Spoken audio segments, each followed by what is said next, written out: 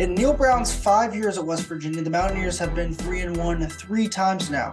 He will look to go to 4-1 for the first time in those 3 seasons when the Mountaineers head to Fort Worth on Saturday. We have a West Virginia TCU preview on this episode of the Blue Gold Sports Podcast. What's going on, everybody? Wesley, Shoemaker, Patrick, and now back with you with another episode of the Blue Gold Sports Podcast. Mountaineers looking to make it 4 straight wins to close the month of September, heading into what is a much-needed bye week, but it will not come easy at all.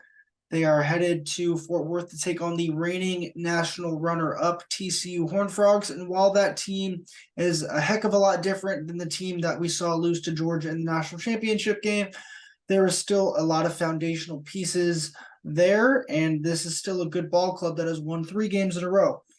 Quick rundown on TCU before I get your thoughts overall in the game, Patrick. 3-1, 45-42 loss to Colorado, 41-6 win against Nichols, 36-13 win on the road at Houston, and then this past week a 34-17 win against rival SMU. So work's going to be cut out for the Mountaineers, surely. History is on the side of West Virginia and Neil Brown when they do travel to Fort Worth, but obviously this Saturday will be a little different, especially depending on the quarterback situation for the Mountaineers. Yeah, I think this weekend we're going to see the defense get tested in a way they haven't been tested since that Penn State game. In 98 completions, 142 attempts. Quarterback has 69 completion percentage. He's thrown for over 1,000 yards in the first 4 games. So they're going to want to throw the ball. West Virginia hasn't really had to deal with a team that throws as much since that Penn State game. Texas Tech was more of a, especially after their quarterback went down, more of a run team.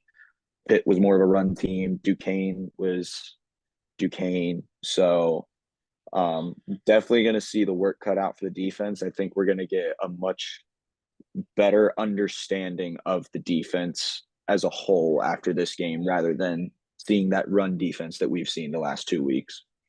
I also don't think it's just a defense as a whole. I think it's a team as a whole. I think this is a very big measuring stick game, but it also has a game that if you're able to win it, you're able to show more than just that you can measure up to these guys, that you're kind of a legit contender in this league in this year of 2023. Let's talk about their offense a little bit. So TCU offense, kind of a two-headed monster between their quarterback and running back. Quarterback, you mentioned Chandler Morris.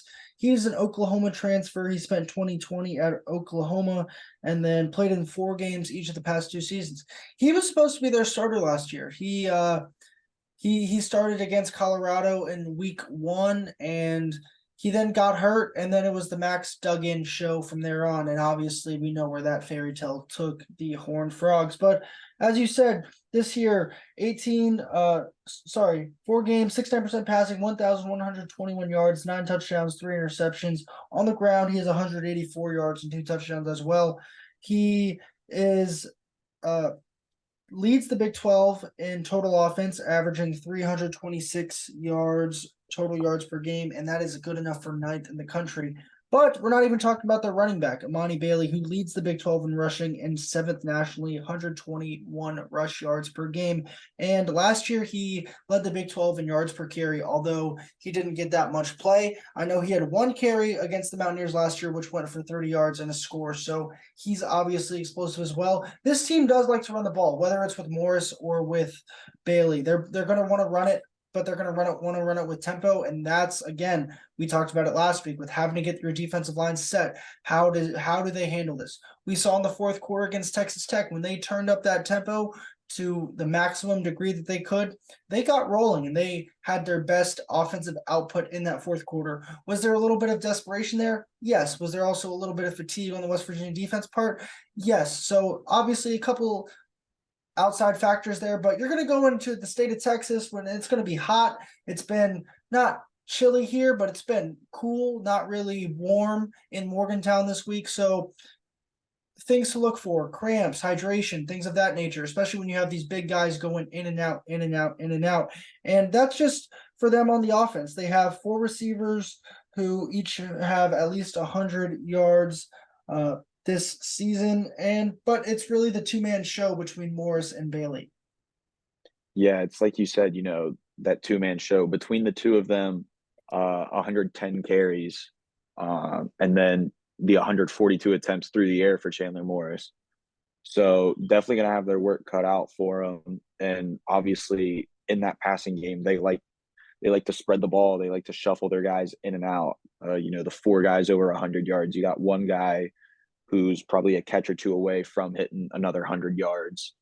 So, but it also stands out, the touchdowns for through the air are also kind of spread out aside from the tight end, Jared Wiley, who's got three of them.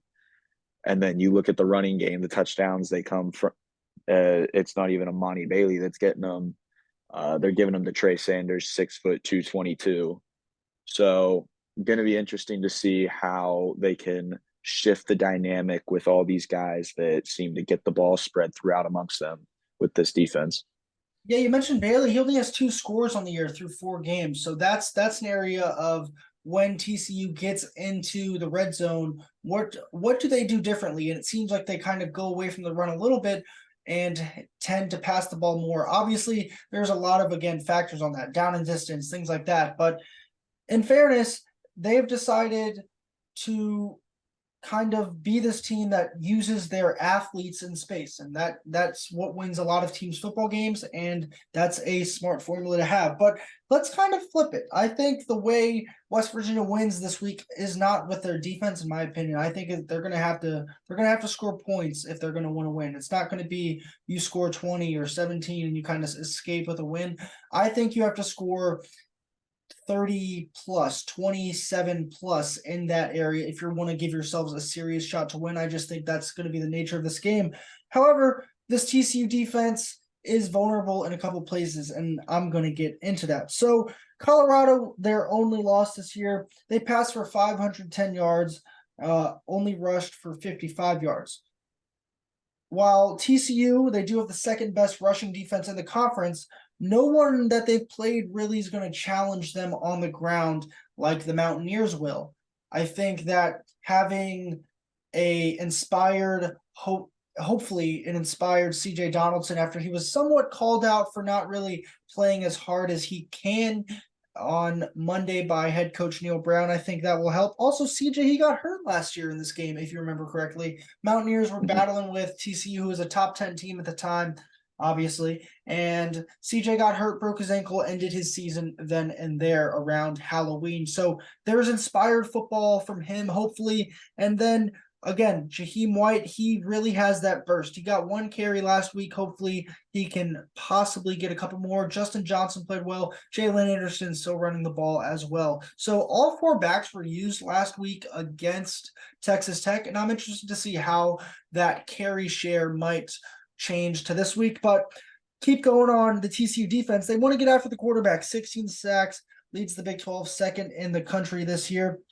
However, a place they do feel a little bit vulnerable is through the air. They are last in the Big 12 in passing yards per game. Obviously, when you give 510 in week 1 and you've only played 4 games, there's going to be a little bit of math there. But if a team's passing for 500 yards, I don't care if it's who it is, that means you do have some holes on that defense. Linebacker Johnny Hodges, he did not play last week against SMU. I am not sure of his status right now.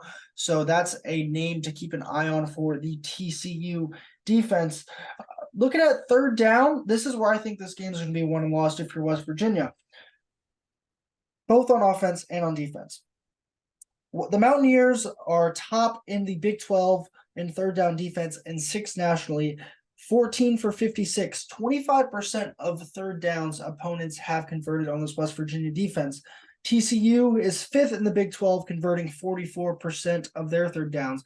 That's a 20% difference, something to watch on Saturday. Also, this West Virginia offense is 13th in the Big 12 at 32% conversion rate on third down. TCU defense is last in the Big 12 at 40%. So something's got to give either way there. And I think whichever way that gives is kind of going to be possibly the way this game breaks. They're also going to have to, though, take advantage of turnovers if and when they get them.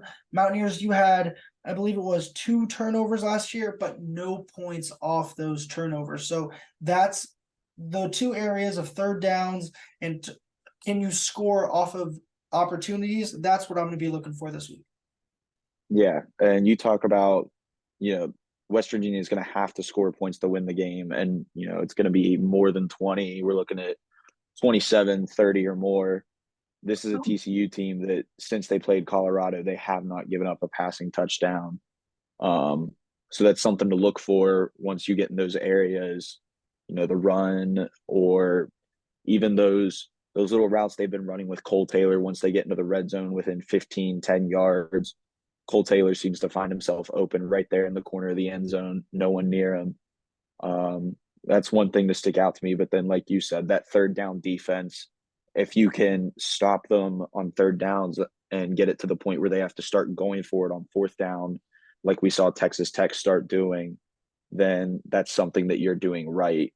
And in that case, you're giving yourself a chance at a short field. You can stop them again on fourth down or just getting the ball out of their hands and running the ball to try and run the clock and get a score, keep the lead, keep the game in your hands.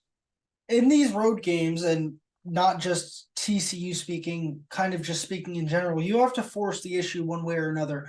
And I'm okay if you force the issue and it backfires, but I'd rather you force the issue and make them beat you rather than kind of be more conservative and hold back in a sense. So if you let the dogs loose on third down, get a stop, and you're saying, all right, beat us on fourth, and they beat you on fourth, so what? But what I don't want to really see is kind of a change in how aggressive this defense is, because over the last 2 weeks, they've really gotten after people, especially on that defensive line. And we saw against Texas Tech how it was not just the defensive line, it was all three levels of this defense getting after the passer. And I don't want the more experienced, higher level of talent opponent to dictate how you game plan. I think that your best chance to win and your best chance to win drives, if we're going drive by drive on defense, is to be aggressive. And while that may lead to some big plays, yes, it might also help you in the end, because the worst feeling in the world is just seeing that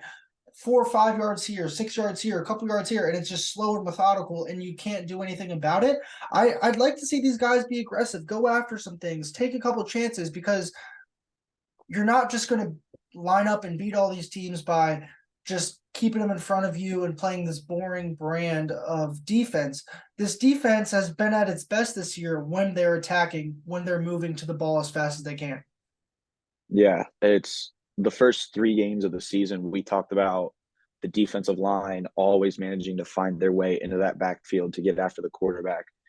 And then the Texas Tech game happens, and now you're able to throw Marcus Floyd in the occasion of that, who was living in the backfield, it seemed like, during that game. You add that in, that's another level of aggressiveness you can put in that defense to try and, force a turnover, force a stop, force a loss, something to get a drive stopped, get the drive going in the defense's favor.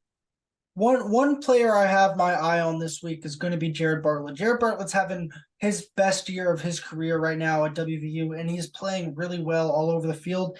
TCU's offensive line, their right tackle, Michael Nichols, he grades out from Pro Football Focus 61.6. His pass block grade is 53.9. Jared Bartlett has an 80.6 pass rush grade. So move number 10 around if you're on defense. Try and get those matchups that you want. That could be a matchup that West Virginia really does try to exploit this weekend. And just doing research on both these teams, that's kind of an area where the Mountaineers are going to have to go after. Sean Martin, they're going to have to be able to get after those advantageous areas of where can we put the most pressure on TCU to have to step up and make plays, not giving Chandler Morris all this time. But at the same time, you're going to have to still be, if you're Jared Bartlett, you're going to have an even increased role, because you're going to have to also be able to play your scheme and your gap correctly, so Morris can't get outside and run, because he does run, as we said earlier. So a lot of moving parts on that defense this week, with the dual threat ability of Morris, with the running game that Bailey brings, and I'm interested to see how they deal with it. Let's go back to last year, Kansas, a lot of moving parts. didn't fare well. Texas Tech, obviously last year, didn't fare well. Down there in Austin, didn't fare well. Like all these road games, with the exclusion of Kansas, obviously, which was at home last year, you did not really play well, with the exception of, I think, Virginia Tech and Oklahoma State, which was in a monsoon. So you played a really bad Yeah. Virginia Tech team, Oklahoma State team who had nothing to play for, and it was a downpour the whole game. And other than that, you kind of got diced up on defense the entirety of your road schedule in 2022. And Penn State, they're a really good team. They're a top 5 team in the country. Yeah. Okay. But they kind of had their way with you too. They did what they wanted on offense for the majority, especially in that second half. And so now's a chance to kind of, you've got your bearings underneath you 3 weeks later, 4 weeks later. How do you now respond that you've kind of seemingly figured it out? Because let's say TCU goes and hangs a 50 burger on these guys. Our conversation on Sunday is a whole lot different than the conversation we're having now. Yeah, it's the one thing that stood out to me in the Neil Brown tenure, especially the last couple of years, is on the road. It's always been kind of a question mark. Like you said, the Virginia Tech game last year, bad Virginia Tech team, Oklahoma State, nothing to play for. The one that always stands out to me from last year is that Iowa State game against an Iowa State team that was not very good, and they just got destroyed. But the one time Neil Brown has had a lot of success on the road since he's come to Morgantown has always been in Fort Worth. So that's something to keep your eye on.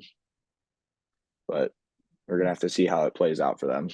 Yeah, did it in 2019 and did it in 2021. And I don't think it's too far fetched to say that both of those teams weren't the, let's just say, best, most talented teams in the world.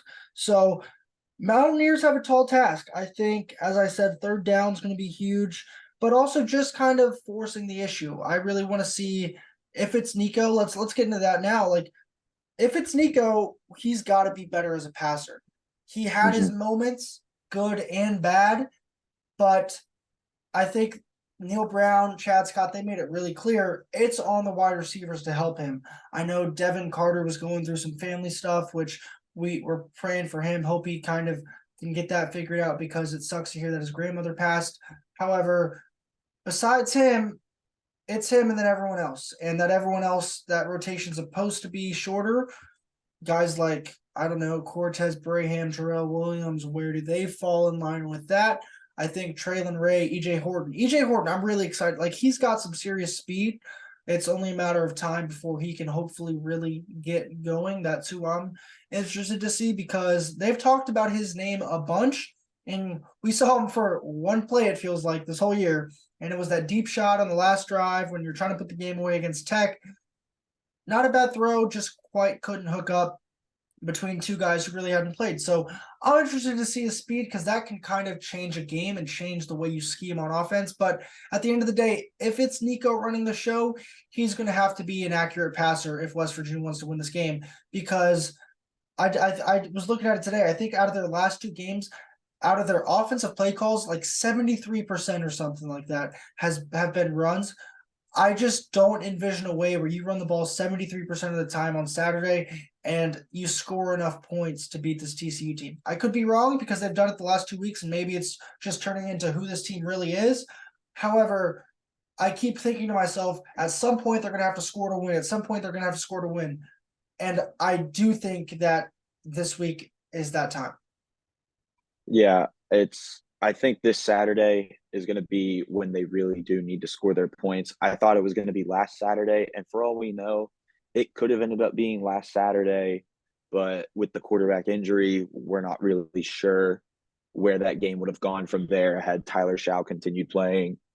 Um, but this Saturday, I don't see a way West Virginia can go in and score 20 points, score 17 points, hold their opponent to 6, 13, 17, 19.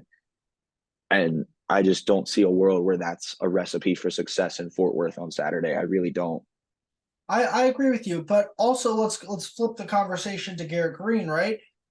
Garrett Green, if he plays, it's likely he's still not 100%. While he will probably still be able to move around, it's going to be he can move around to an extent where this coaching staff's happy with it. So with him, I also don't want them to be scared to pull the trigger on him if he plays and is not right. Like if he goes and is not right, you have to pull the trigger because that's unfair to Nico, who has battled his butt off the last couple of weeks. But it's also unfair to this team that they're playing so well on defense and that you really have a shot to kind of go get a big win in a sense and propel your season, and that you're kind of stuck at that quarterback position. And while that may be hard to hear for some people, and while it may be hard to hear that Garrett's just not ready yet, that might be the case. And I don't think if you have to remove him earlier in the game because he's not himself, if he does play, and then you put in Nico, that doesn't change that Garrett's the starter 2 weeks later against Houston. It's just more of a matter of a pitcher doesn't have his stuff that night. You go to the bullpen earlier than you thought. Yeah, I think the ideal, obviously in the perfect world, Garrett's 100% for Saturday. That's in the perfect world. Ideally, Garrett's just barely not healthy enough to be able to play. You play Nico, you get through the game, you're 3-1 going into this game, and then you have 11 days until the next game, and that's 11 days for Garrett to get healthy and be completely 100% going into a game against Houston, which will be a big game. And let's just say it how it is. Garrett didn't look good on Saturday against Texas Tech. I was down on the field watching him do warmups, and he was hobbling around. In the man trip, when he was walking on the field, he was had a little bit of a limp to him. So unless that got increasingly better, I think it was still very swollen.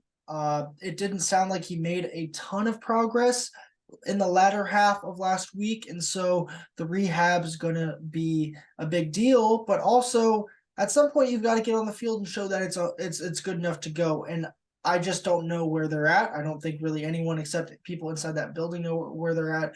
And I expect us to kind of get a word on him Saturday morning again, like we did last week. But moving on, key to victory, one from each of us. I'll go first. My key to victory is you can't have the turnovers on offense. Last couple of weeks with Nico at the helm, it's been 2 bad turnovers. First was the fumble against Pitt. That was bad. And then the second was the first interception this past week. Those 2 turnovers have combined to lead to 3 points. However, if you do that against TCU, it will probably be more than that. You also don't have your home crowd. You don't have a lot of things that you've had in the comfortness of MPS on this upcoming Saturday when you're in the state of Texas. So you've got to take care of the ball on offense. And especially if your defense can't get their hands on the ball, then you've got to take care of the ball. However, I will give one big prediction, Patrick. I do think this West Virginia defense gets an interception this week. So there's a little bit of a goofy big prediction, but there's also my key to victory of you've got to take care of the ball on offense. And while that might seem obvious to every game, I think it's most important when you're going on the road for the first time with Nico possibly as your quarterback. Who do you think gets the pick? Why does that matter? Well, I've already called who got 1 pick this year, so I feel like you need to call who gets it. Let's go. Man, I'm always pretty bad at these. Beanie's back there. I'll go Beanie. I like Beanie. Cool name, cool kid. Let's go with Beanie. Thinking. Let's go get a pick this weekend, 11. Yeah. My key to victory. No. Malachi Ruffin's getting a pick. That's who's getting a pick this week. Malachi Ruffin. Okay. My key to victory, it's got to be the passing game this week. I think this week you really need to establish a passing game with Nico most likely there. The run game served you well, but in a game where you're gonna need to score points, you can't just rely on the run game again. You got to get the passing game established.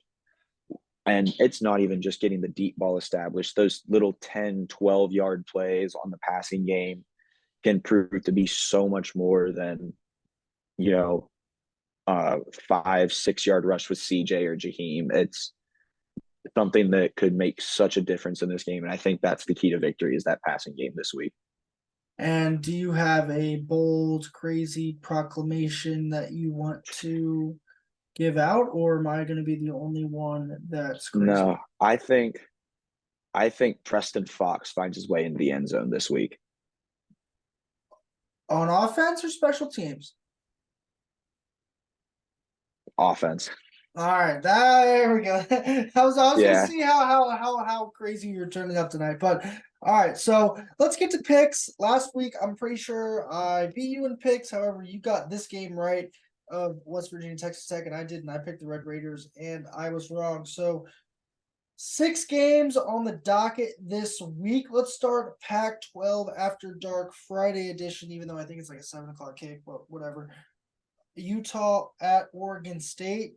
Cam Rising, I don't think's playing. Throwback to week 1. If you know, you know. I'm gonna take Oregon State at home. Um, I gotta go with Utah. Utah is just they've been so good this year. I don't really think I can go against them. Florida at Kentucky. I'll take the home team, Kentucky. I just don't think Florida's top 25 worthy right now, and I want to take the home team in this one. Yeah, I they beat Tennessee, but it was in Florida, and Tennessee can't win in Florida for some reason. I'm gonna go Kentucky. I don't really think Florida's a top 25 team, like you said. Big 12 game of the day, Kansas at Texas. It's going to be interesting to see what version of Texas we get. Last week we got a really good version against Baylor. However, are they going to play to KU's level or are they going to play to the Texas level? Because the Texas level is a top 2 team in the country, most likely. I'm going to say take the over on whatever the point total is. I have no idea, but whatever it is, I would say if you want to bet, take the over, but don't at me on it if it doesn't hit. But I'm going to take Texas at home. I just think they're going to be too good in the end. The over is 61, and Yep. I'm gonna take Texas. Would you take the over too, Patrick? Yeah, probably. Smart man, way to agree with me. LSU Ole Miss, little SEC action. LSU had a close one against Arkansas last week. Ole Miss obviously lost to Alabama. Still give me LSU. I'm Don't let me down twice, 2 weeks in a row, Lane Kiffin. I'm going with Ole Miss and Jackson Dart. All right. Notre Dame Duke, crazy game to end last week with the Buckeyes and Fighting Irish. I really want to pick Duke, but Notre Dame's not losing 2 in a row. Not like that. I I don't. Yeah, I'm gonna go Notre Dame. I don't think Duke is really much of a top 25 team either. I mean, they beat Clemson, who was top 10 preseason, but we've seen Clemson's not really that good this year. So, and then they've beaten Northwestern, UConn, and someone else. Clemson, let's So be real, should have won that game against Florida State last week. They were a missed probably. 27-yard field goal away from winning the game, but that's not about this podcast. Then finally, Mountaineers, Horned Frogs. Right now, TCU, as of Thursday night, is a 13.5 point favorite. Over total is set at 51.5. I'm going to say TCU wins, West Virginia covers. I'll take TCU winning 34-24. Yeah, I'm gonna have to go with you there. I think TCU takes the win. I think West Virginia covers. I'm gonna go 31-20. 10 and 11 points. There you have it. So, if you made it this far on this episode of the Blue Gold Sports Podcast, we do appreciate you listening. Be sure to keep it locked on bluegoldsports.com throughout the weekend as we lead you up and then recap the game in Fort Worth. 8 p.m. Eastern, ESPN2. Mountaineers look to get to 4-1, and what a feat that would be. And I think this tone, if this team gets to 4-1 on this podcast on Sunday, would be quite fun. So until then, I'm Wesley Shoemaker, joined by Patrick and now. Hopefully, we will see what the Mountaineers can do in their measuring stick game on Saturday. So if you made it this far, we do appreciate you listening, and this is the Blue Gold Sports Podcast.